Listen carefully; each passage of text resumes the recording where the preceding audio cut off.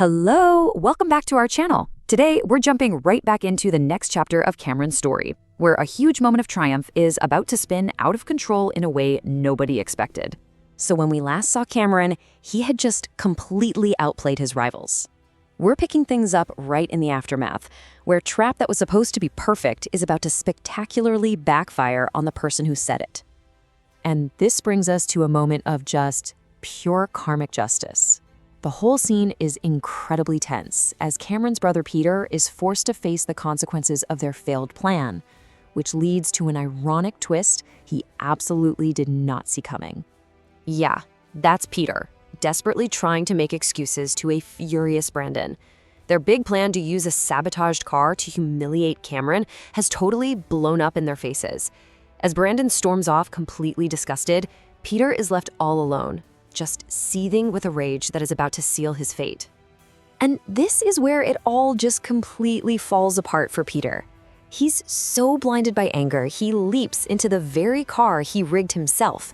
He floors it, dead set on chasing down Cameron. But as he's flying towards this dangerous mountain turn, he stomps on the brakes, and his foot just goes straight to the floor. And in that one horrifying second, the realization hits him. In his blind rage, he completely forgot about his own trap. The car sails right over the cliff, a fiery monument to his own arrogance.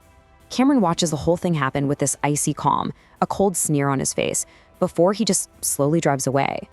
But, as he heads back to his shabby apartment, that victory feels pretty empty. He's not a god commanding the heavens anymore. He's just a man dealing with very real, very mortal problems. And the weight of that new reality is really starting to sink in. I mean, the contrast between his two lives is just staggering, right?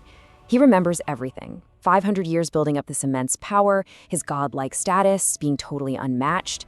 And now? Now he's just a regular guy in a rundown apartment. All of that work, all of that power, just gone. It's a fall from grace of cosmic proportions. And the pain of losing all of that is this deep physical ache, this rage against the heavens. But even in his despair, the cultivator inside of him, that part is still alive.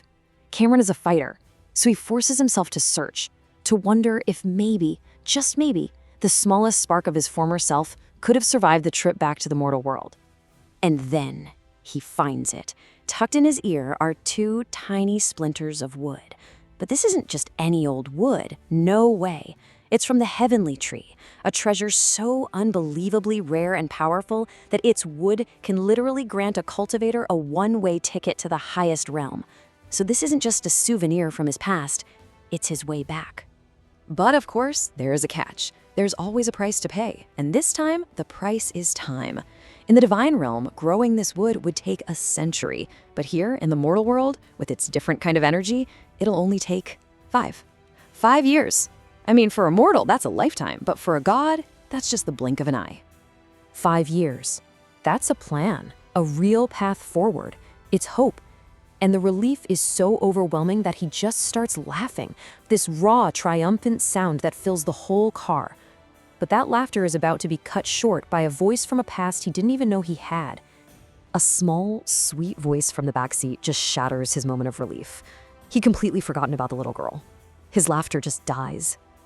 "I'm not your father," he snaps, that old immortal arrogance flaring right up. He carries her into the apartment and just stares, trying to figure out who this doll-like child even is. And as he does, this searing pain just rips through his mind. For 500 years, his divine consciousness had buried his original life, 25 years of mortal memories, and now they're all coming back at once. And just like that, he remembers everything. A Hollywood party 5 years ago, a date with a famous actress, Jessica, her telling him she was pregnant. He remembers how cruel he was, how he rejected her. And then the most recent memory, Jessica on his doorstep, leaving this little girl with him for 7 days. And it hits him with a jolt. It's already day 3. And as he looks at this child, really looks at her, through the lens of these new memories, his whole world shifts.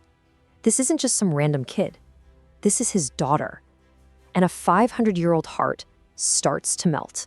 It's like a new instinct just takes over. He lights a cigarette out of habit, but when she lets out a little cough, he snuffs it out instantly. He remembers she's hungry and finds the only thing in his empty fridge, milk. And as she sips it, her quiet little thank you really gets to him. He was a demanding kid. She's so polite. And for the first time in centuries, he feels this wave of pure tenderness wash over him. When she's finished, she sets the cup down so carefully, turns to him, and with her tiny arms stretched out, she asks for a hug. He doesn't even think.